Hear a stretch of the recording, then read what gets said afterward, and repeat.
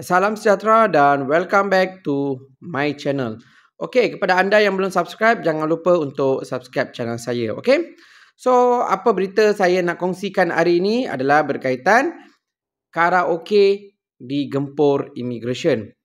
Okey, dalam kenyataan media yang dikeluarkan oleh JIM, okey, pada 30 April JIM telah melakukan satu serbuan iaitu pusat karaoke yang menawarkan gadis peneman warga asing.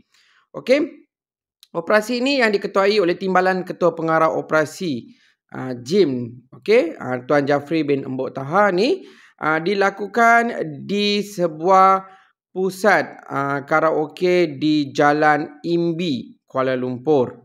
Dalam operasi berkenaan, seramai 119 individu yang terdiri 3 lelaki dan 102 perempuan warga asing serta 14 warga negara tempatan telah pun diperiksa oleh pihak JIM. So total dekat sini 105 warga asing dan 14 warga negara tempatan telah pun diperiksa.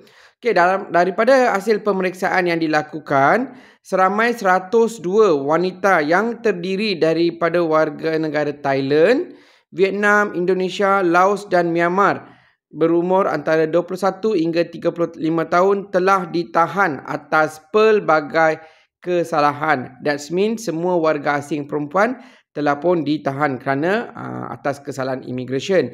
Okey, dalam operasi berkenaan turut ditahan 2 warga tempatan yang disyaki bertindak sebagai pemilik premis atau penjaga kepada perempuan-perempuan berkenaan. Bukan warga asing saja, warga negara tempatan pun ditahan kerana dipercayai menjaga atau pemilik premis berkenaan.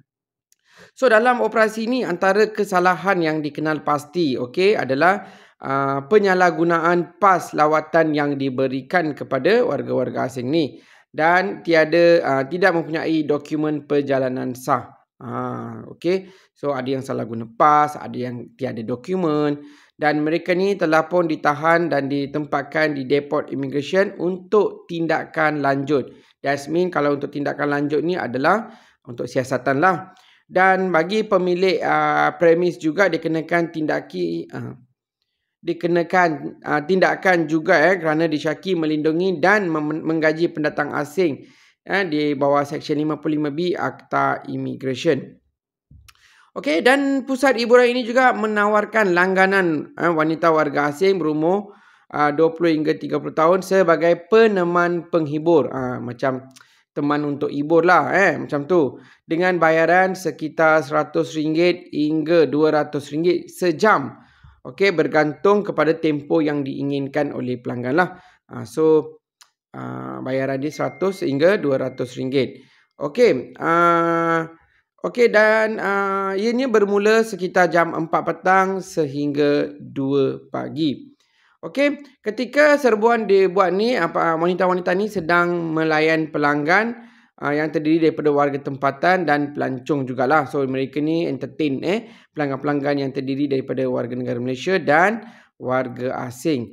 So berapa pendapatan mereka? Okey, daripada kenyataan media ni juga mereka ni boleh dipercayai mengaut keuntungan antara RM7,000 sehingga RM25,000 sebulan melalui kegiatan ini.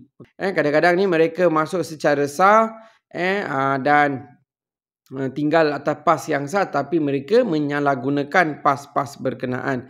So jadi kepada warga asing, sekiranya anda kosong, tak ada permit, tak ada pas, sila serah diri dan balik ke negara asal. Okey, itu saja video untuk kali ini. Terima kasih dan jumpa lagi.